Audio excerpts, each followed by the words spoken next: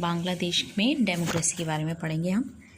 Bangladesh was and part of Pakistan from 1947 to 71। Bangladesh 47 से लेकर 71 तक पाकिस्तान का ही एक हिस्सा था। ठीक है, तो एक रफ डायग्राम मैं आपको बता देती हूँ कि मान लीजिए ये इंडिया है, ठीक है, और ये तो पाकिस्तान हो गया इधर, और यहाँ बांग्लादेश था, पर ये दोनों ही एरिया पाकिस्तान के अंडर में आया करते थे। इसे बांग्लादेश को पहले ईस्ट पाकिस्तान बोला जाता था और पाकिस्तान का ये वाला एरिया वेस्ट पाकिस्तान के नाम से जाना जाता था। It consist of the partition area of Bengal and Assam from British India. British India में से ही इनने बंगाल और आसाम का ये हिस्सा ले लिया था। The people of this region don't want to use Urdu language, लेकिन इस एरिया के लोग उर्दू को यूज़ नहीं करना चाहते थे। सून आफ्टर द पार्टीशन, लेकिन पार्टीशन के तुरंत बाद they begin protest against the unfair treatment of the Bengali culture and language. अब बंगाली कल्चर और लैंग्वेज के साथ बहुत गंदा व्यवहार होने लगा था, तो वो लोग इसके खिलाफ प्रोटेस्ट कर रहे थे। They demanded autonomy for the eastern region. वो ईस्टर्न रीजन के लिए एक ऑटोनॉमी चाहते थे, मतलब स्वशासन चाहते थे, खुद का शासन। But the government dominated by the west Pakistan leadership, लेकिन याहिया खान का जो लीडरशिप थी उसके अंतर्गत ईस्ट पाकिस्तान जो था उसकी कल्चर को दबाया जा रहा था वेस्ट पाकिस्तान के द्वारा। रिफ्यूज़ दियर डिमांड, और उनकी डिमांड को भी रिफ्यूज़ किया जा रहा था। The Pakistan army tried to suppress the mass movement of the Bengali people. जो ईस्ट पाकिस्तान में बंगाली लोग जो प्रोटेस्ट कर रहे थे उसको वो लोग पाकिस्तान वाले दबा रहे थे। This lead a large scale migration into India. इसकी वजह से बहुत लोग इंडिया में माइग्रेट होने लगे, creating a huge refugee problem for India. और इंडिया में बहुत ज़्यादा रिफ्यूजी की प्रॉब्लम आने लगी। रिफ्यूजी जो बाहर से देश के लोग होते हैं उनको बोला जाता है। The government of India supported the demand of the people of the east Pakistan for their independence. जब ईस्ट पाकिस्तान के लोग जो इंडिपेंडेंस चाहते थे उसको इंडिया ने सपोर्ट किया एंड हेल्प देम फाइनेंशियली, और उनको पैसे से हेल्प भी की, एंड मिलिट्री से भी हेल्प की।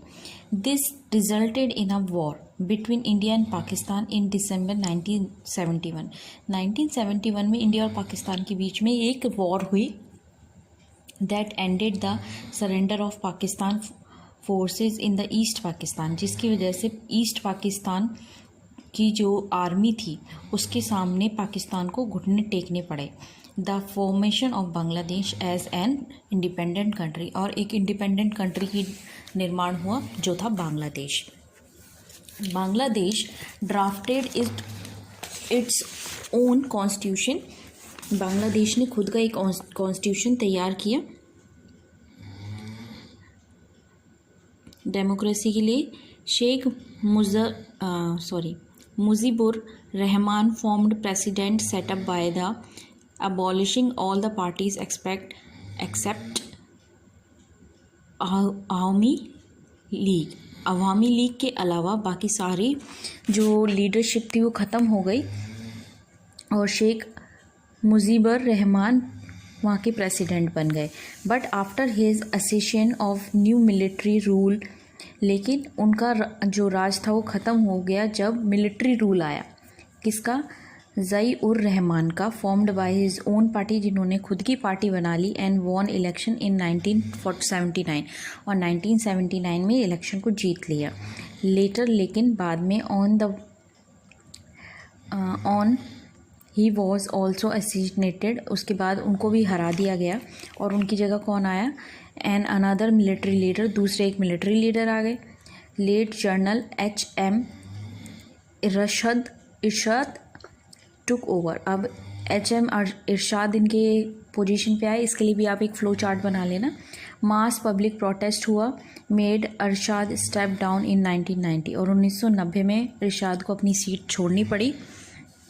इलेक्शंस वर हेल्ड इन 91, दोबारा इलेक्शन हुए। Since then representative democracy based multi party election has been warning in Bangladesh. और जब से 91 से लगातार यहाँ पे डेमोक्रेसी चल रही है, मल्टी पार्टी सिस्टम चल रहा है। Monarchy and democracy in Nepal. अब नेपाल के बारे में पढ़ेंगे कि नेपाल में मोनार्ची और डेमोक्रेसी कैसे चलती आ रही है। Nepal was a Hindu kingdom in the past. Nepal पहले हिंदुओं का ही राज्य था। Then a constitution monarchy in the modern period for many years, और काफ़ी लंबे टाइम तक यहाँ पे मोनार्ची चली कॉन्स्टिट्यूशन के बेसिस पे। King had a control over the people of Nepal through army. अब जो राजा हुआ करते थे वहाँ के, वो आर्मी के थ्रू वहाँ पर रूल किया करते थे लोगों पे। तो आपको एक ये पढ़ा देती हूँ, फिर एक शॉर्ट फॉर्म में आपको बताऊँगी जिससे ये पूरा आपको इजीली लर्न हो जाएगा। तो 3rd नंबर पे है थ्रू आउट दिस पीरियड। इस पीरियड में the political parties and the common people wanted to establish democracy. लोग चाहते थे कि डेमोक्रेसी आ जाए, but the king retain full control with the help of army. लेकिन राजा के पास आर्मी की बहुत बड़ी ताकत थी। Restricted expansion of the democracy, जिससे काफ़ी लंबे टाइम तक डेमोक्रेसी नहीं आ पाई। The king expected new democratic constitution in 1990 due to the pro democracy movement. लेकिन 1990 में लोगों का इतना ज़्यादा डेमोक्रेसी पे के लिए दबाव होने लगा कि वहाँ के राजा को एक इलेक्शन कंडक्ट करवाने पड़े, but keep all the power under his hand. लेकिन उसके बाद भी उसने उस पावर को छोड़ा नहीं, अपने हाथों में ही पावर रख के एक डेमोक्रेसी, नकली डेमोक्रेसी शुरू कर दी। Due to triangular conflict of the monarchy, democratic and moist.